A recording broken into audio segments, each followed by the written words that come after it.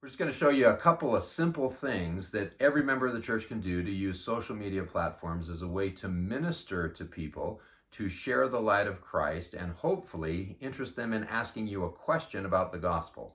We want this to be done in a normal and natural way. This isn't a sales thing.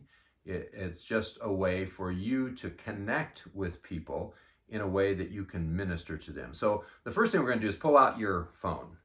And so I'm using the Apple phone, and you might have the Android phone, and it's going to be a little different, but you'll figure it out. So the thing we're going to do is we're going to use Facebook. So right now, open up your app to Facebook. If you don't have it, download it. Now I know you're thinking, oh, I don't like Facebook because it's not cool, and Instagram is cooler. And you're right, Instagram is so much cooler. But most of the people that you're going to connect with right now are going to be on Facebook. Almost 2.5 billion people sign into Facebook every month.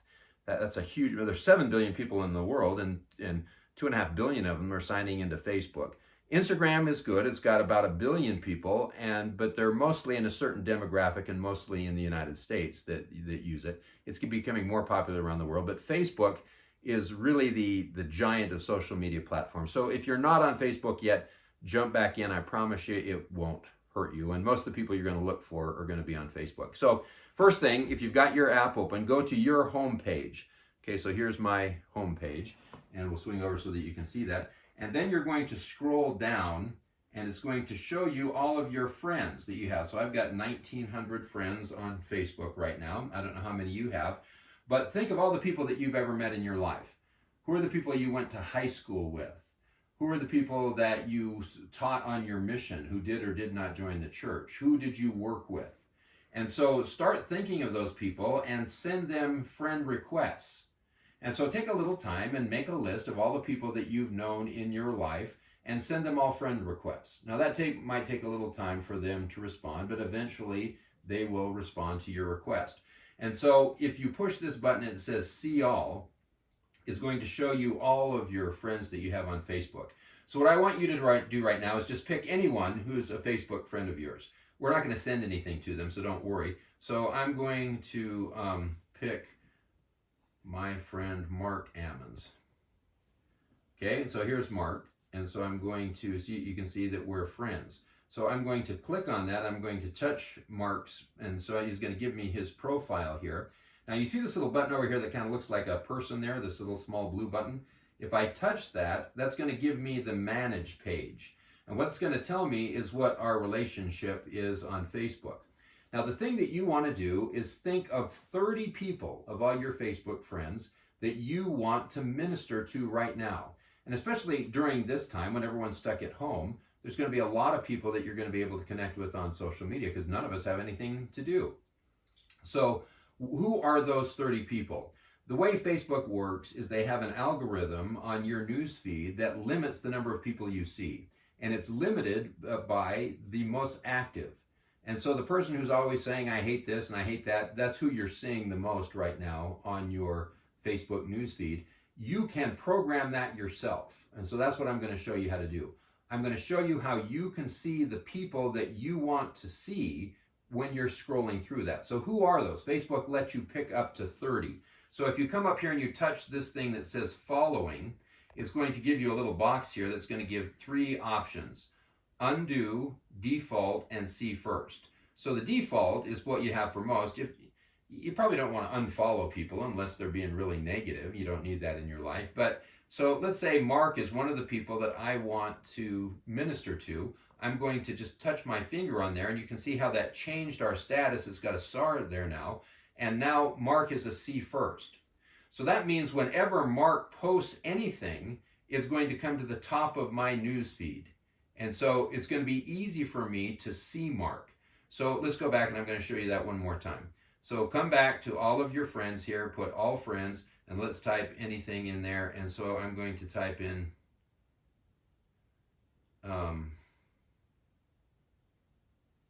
So I'm going to type in Michelle King, who is my good friend, and she's serving a mission right now in Hawaii.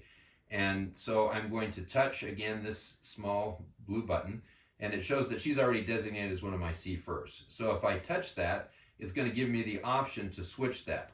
So I can put her as a default, or I can push her as a see first. So I'm going to switch Michelle back over to just following right now because she's on a mission. She's doing great, and I love her, but there's probably other people that I want to minister to right now. And so I've changed that status. So now pick 30 people and pray about this. And of all the people you know, who are the people that you want to minister right now? If you're a recently returned missionary, I would think of all the people that you taught in your mission who did and did not join the church. The average missionary teaches between 50 and 100 people who don't join the church. So you've got a relationship with those people. So this is not an advertising program where you're just going to blast out information. This is a public relations program where you're going to connect with people that you already know and have a relationship, and you're going to strengthen that relationship. So who are the 30 that you want to look for right now? So after you've done that, it might take you a few days to be able to put together that list and come up with 30 people. It doesn't have to be 30, but it's up to 30 that you're going to minister to right now. So the next thing I want you to do is go to your news feed. And so when you look at your news feed, you're going to scroll through and you're going to see all of these people that you are going to connect with. And so we call this look, like, love, and listen. So the first thing you're going to do is look. That means every day, you got plenty of time right now, pull out your phone and just scroll through your news feed and take a look at all the people that you have on your news feed. Now, so I'm going to see some of my friends, I'm going to see some of the people that I'm ministering to, I'm going to see a variety of different people, but it's really easy for me to go and look at their content. And so it's super easy. So here's my friend, Debbie Dejanovic, and so she's putting out a video right here. So if I would listen to that, and then I would just put like. And so how easy is it for me to put like? So I'm going to look and I'm going to like. Really easy to do.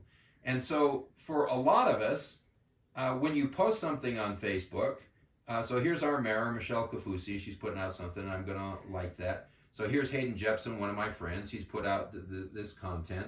And so I'm going to take the time to read that. I'm not going to do that right now because I'm just showing you how to do this. So I'm just going to scroll through this page. And it's really easy. So here's Diane Ward, one of the people that I minister to. And so I'm going to click like. And so most people, when they post on Facebook, they go and they look at the people who like their content because I like people who like me. And so you're going to strengthen the relationship by just liking their content. And so the next thing I'm going to do is called LOVE. That's an acronym for Leave Unsolicited Validation. So I'm going to click on this and I'm going to put a content and I'm going to say, great artwork. And I'm going to put an exclamation mark. So how easy was that for me to do that? So what I've done again is I've strengthened the relationship that I have with Diane by just commenting positively on the things that she posts. And so that's really an important thing to do. And it's easy. We can all do this. So I'm not pushing the church. I'm not talking about the restoration. I'm not talking about anything. I'm just building the relationship that I have with people. Now, the reasons that's important, and that's for the next step, and that is the area of listen. And so what I'm going to do now is I'm going to scroll through this, and I'm going to listen to what people are saying. Because I have a lot of people, they have actually had research that shows that people are more open on social media about their problems than they are in real life. So occasionally, I'm not sure that I'll come up with here, I'll see someone who'll post something on this that'll say something like, I'm really depressed and I don't know what to do. Or, I'm really depressed because I broke up with my boyfriend, or I'm sick, or I lost my job, or I don't know, whatever it is. The thing we need to be aware of are what are the needs of the people you're ministering to. The definition of a minister is someone who identifies the needs of another person and then tries to help them solve those needs in a way that brings them to Christ. And that's what we're going to do remotely here from your home during this pandemic, is you're going to reach out to as many people as you can and try to help them with their problems. Their need, not your need. So let's go to your home page. Well, I'm going to go to my actual homepage so that I can show you some of the posts that I've sent out. So you're going to create content that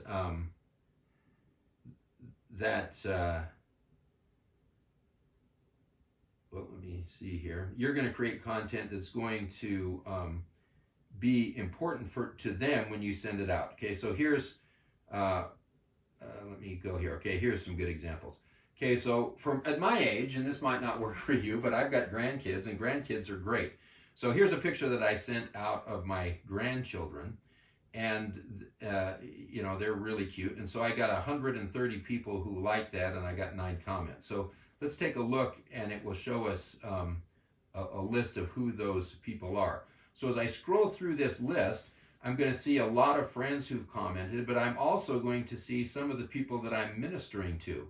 Some of them I knew from high school 40 years ago who are not members of our church, and some of them are people that I knew from church and from my employment in my job, and a lot of them are not members of the church. And so I see their names there, and that's a good thing that they're liking my content.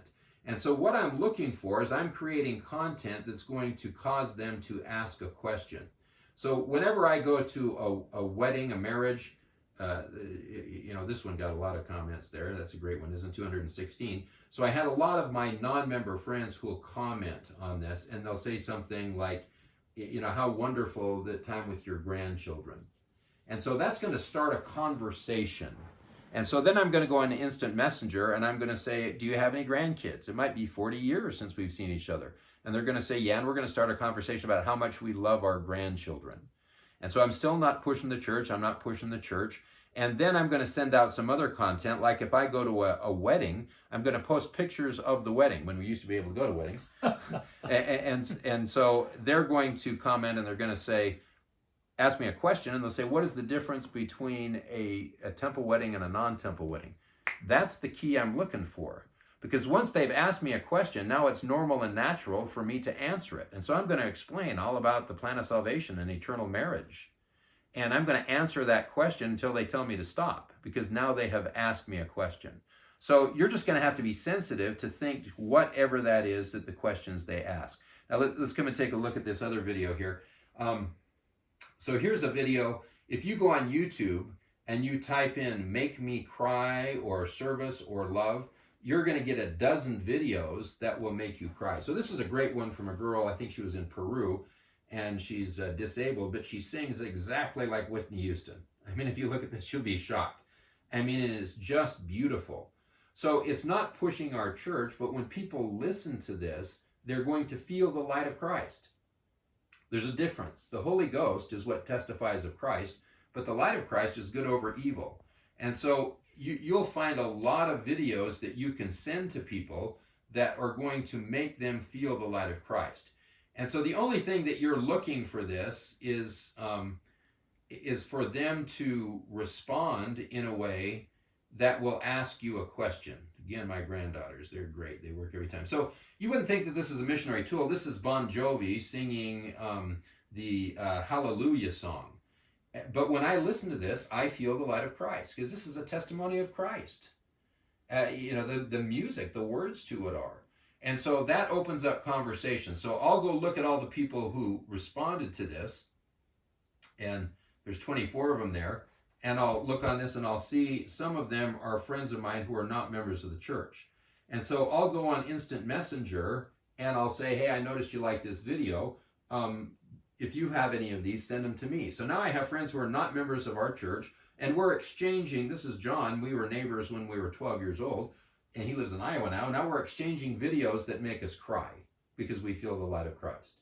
And so right now, more than ever, people's hearts are sensitive, and they're going to be open to this. And so this isn't pushing our religion.